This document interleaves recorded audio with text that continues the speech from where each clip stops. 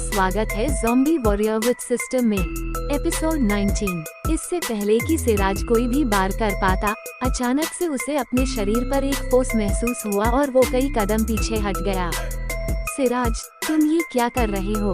Professor Rajiv ने सिराज से कहा और जब उन्होंने पाया कि ऋतिक ठीक है तो उन्होंने एक राहत की सांस ली। ऋतिक के अंदर काफी सुधार हुआ था और उनके हिसाब से अगर ऋतिक मेहनत करता है तो वो दुनिया के सबसे पावरफुल वॉरियर्स की रैंकिंग में जा सकता है। ये सच में अफसोस की बात होती अगर सिराज ऋतिक को हमेशा के लिए घायल कर देता और उन्हें सिराज पर काफी गुस्सा सा रहा था। ओह, तो अब प्रोफेसर राजीव है, सिराज ने मुस्कुराते हुए कहा। तुम अपने से नीची रैंक वाले स्टूडेंट पर अपना जोर दिखा रहे हो क्या, इसलिए तुम इतने पावरफुल हुए हो? प्रोफेसर राजीव के सख्ती के साथ सिराज से सवाल किया। प्रोफेसर राजीव सिराज की आदतों से काफी परेशान थे, लेकिन सिराज मल्होत्रा फैमिली से था और मल्होत्रा फैमिली का इस एरिया में काफी नाम था। साथ ही उन्होंने इस एकेडमी के निर्माण लिए काफी खर्चा किया था। उसने सबसे पहले मेरे छोटे भाई आरव की कलाई तोड़ी, सिराज ने नर्म लहजे के साथ कहा। उसने ऋतिक को ऐसे देखा मानो किसी मारे हुए इंसान को देख रहा हो। एक बार जो उसने ठान लिया तो उसे कोई नहीं रोक सकता। भले ही वो अभी ऋतिक के हाथ पैर नहीं तोड़ सका, लेकिन एकेडमी के बाहर या छुट्टियों के दौरान ऐसा कर सकता था। अब ऐसा तो है नहीं कि प्रोफेसर राजीव हमेशा उसके साथ रहेंगे। सिराज भाई ने सही कहा, ऋतिक ने ही लहले हमें धमकाया था। आरव के कमीने दोस्तों ने भी सिराज की हाँ में हाँ मिलाई। पहले आरव ने ही कहा था कि वो लड़ाई करना चाहता गई और उसने भाई के सर पर हमला करने के लिए अपनी सबसे पावरफुल पंच तकनीक का इस्तेमाल किया था, जिससे साफ पता चलता है कि आरव भाई की जान लेना चाहता था। लीना ने हल्के गुस्से के साथ प्रोफेसर राजीव से कहा, अब ये तो एकेडमी ही तय करेगी कि कौन गलत है और कौन सही। प्रोफेसर राजीव ने दोनों को शांत करते हुए कहा, उस एरिया में हर तरफ कैमरे लगे हुए थे और वे आसानी से ये पता लगा सकते थे कि गलती किसकी थी। सिराज ने गुस्से से अपना मुंह फेर लिया और वहां से जाने लगा। सिराज मल्होत्रा, मैं तुम्हारे साथ मार्शल आर्ट बैटल करना चाहता हूँ, उम्मीद करता हूँ कि तुम मुझे मना नहीं करोगे। ठीक उसी समय ऋतिक उठा और बेरहमी भरी मुस्कान के साथ सिराज से कहने लगा। सिराज एक पल को रुका और अपने पीछे पलटते हुए ऋतिक से बोला, क्या तुम मुझसे लड़ना चाहते हो? ऋतिक, थोड़ा ठंडे दिमाग से काम लो। जब प्रोफेसर राजीव ने ये सुना तो उसने तुरंत ऋतिक को इशारों से समझाना चाहा। मार्शल आर्ट की लड़ाई का दूसरा नाम जिंदगी और मौत की लड़ाई। दो लोग तब तक एक दूसरे से लड़ सकते थे जब तक कि दूसरा पक्ष हार नहीं मान लेता, और अगर कोई मारा जाता है तो ये उसकी ही गलती मानी जाती थी। क्या तुम्हारे अंदर हिम्मत नहीं है मुझसे जिंदगी और मौत का मुकाबला करने की? ऋतिक ने सिराज से कहा। क्या मजाक है? तुम्हें लगता है कि तुम मुझे जान से मार पाओगे? सिराज ने हंसते हुए ऋतिक से कहा। 3 दिन बाद मार्शल आर्ट हॉल में मिलते हैं। इतना कहकर सिराज वहां से चला गया। बड़े भाई, ये मार्शल आर्ट बैटल क्या होता है? लीना ने घबराते हुए ऋतिक से सवाल किया। कुछ नहीं, बस एक नॉर्मल सी फाइट है, ऋतिक ने मुस्कुराते हुए उसे जवाब दिया। फिर तो आप उसे अच्छे से सबक सिखाना और मेरी तरफ से उसे ऐसा धोना कि उसे अपनी नानी याद आ जाए, लीना ने हल्के गुस्से के साथ कहा। फिर उसने थोड़ा परेशान होते हुए उससे आगे कहा, और आप भी जल्दी से रिकवर हो जाइए।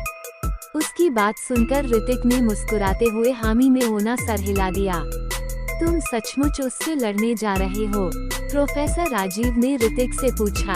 तुम्हारे अंदर काफी पोटेंशियल है और इतने कम समय में तुमने काफी सुधार किया है, लेकिन सिराज मल्होत्रा जल्द ही एक ऑफिशियल वॉरियर बनने वाला है। अगर तुम उससे लड़ना चाहते हो तो तुम्हारे जीतने के चांस काफी कम है। आप चिंता मत कीजिए, मैं उसे आसानी से हैंडल कर सकता हूँ, ऋतिक ने उना सर हिलाते हुए कहा। जब सिराज उस पर अपना कदम रखने वाला था तो इसे बर्दाश्त करना उसके वश में नहीं था, और अब वो उससे अपना बदला लेकर रहेगा। इसके अलावा पुराना ऋतिक को पहले भी काफी मुसीबतें झेलनी पड़ी थी। अपने कमरे में वापस आकर ऋतिक ने अपने बैग से दवा की बोतल निकाली और अपने टूटे हुए हाथ पर लगा ली। सबसे पहले वो उस दवा के असर को आजमाना चाहता था, वो उसे गिफ्ट पैक से हासिल हुई थी। ऋतिक काफी सरप्राइज था ये देखकर कि उस दवा ने उन्हें असर दिखा दिया था और उसका टूटा हुआ हाथ ठीक जीने लगा। जहां तक मार्शल आर्ट की लड़ाई में सिराज के साथ लड़ने का फैसला था, तो ऋतिक ने इस बारे में काफी सावधानी से सोचा था और ये कोई जल्दबाजी में लिया हुआ फैसला नहीं था। उसकी फ्यूरी स्किल वापस से एक्टिवेट हो सकती थी और उसकी पावर्स भी तेजी से बढ़ रही थी, इसलिए उसके जीतने के चांस ज्यादा थे। हालांकि वो दवाई काफी असरदार थी और उसकी टूटी हुई हड्डियां जल्दी ठीक हो गई थी, लेकिन फिर भी ऋतिक ने आज भाला तकनीक को सीखने के इस ख्याल को गिव अप कर दिया। इसके बजाय उसने रैपिड ग्रोथ स्किल कार्ड को बाहर निकाल लिया। क्या आप रैपिड ग्रोथ स्किल कार्ड का यूज करना चाहते हैं? कार्ड को निकालने के बाद ऋतिक को अपने दिमाग में एक सिस्टम नोटिफिकेशन नजर आया। हाँ, सिस्टम ने तुरंत उल्टी गिनती शुरू कर दी। इस समय ऋतिक को लगा कि उसका दिमाग एकदम साफ हो गया था और ऐसा महसूस हो रहा था मानो वो कई चीजों का पता लगा सकता था जो वो पहले नहीं कर सकता था। ऋतिक तुरंत बिस्तर पर बैठकर ध्यान तकनीक का इस्तेमाल करने लगा। सोर्स एनर्जी, जैसा कि उस तकनीक में लिखा हुआ था, ऋतिक ने उसी नियम का पालन किया, लेकिन फिर भी वो सोर्स ऊर्जा को महसूस नहीं कर पाया। ऋतिक ने अपनी आईब्रोज सिकोड़ ली। अब उसे समझ आ रहा था कि एक ऑफिशियल वॉरियर बनना कितना मुश्किल था। ऋतिक ने अपने दांत पीस लिए और सोचा कि कैसे सिराज मल्होत्रा सोर्स ऊर्जा को अपने शरीर में समाने में काबिल हुआ होगा। ऋतिक ने अपने शरीर को आराम दिया और इसे महसूस करने के लिए अपने दिल का इस्तेमाल किया। ऋतिक ने अपने बाकी के ख्यालों को साइड कर दिया और ध्यान की तकनीक कर ध्यान लगाने लगा। उसे महसूस हुआ कि उसके बिंदुओं में हल्की गर्माहट बढ़ रही थी, जिससे ऋतिक को मन ही मन थोड़ा अच्छा फील हो रहा था। आखिरकार मैं सफल रहा। ऋतिक उठ खड़ा हुआ और खुशी के मारे दीवार में एक मुक्का मार दिया। दर्द के मारे ऋतिक के मुंह से हल्की चीख निकल गई और उसकी सारी हंसी रोने में बदल गई। पहली सफलता के साथ ऋतिक ने फिर से ध्यान तकनीक का उपयोग करने की कोशिश की। सोर्स एनर्जी उसके शरीर की प्रत्येक मांसपेशी, हड्डी और कोशिका में लगातार बह रही थी। तो आगे क्या होगा जानने के लिए सुनते रहेगा zombie warrior with system only on listener YouTube channel पर।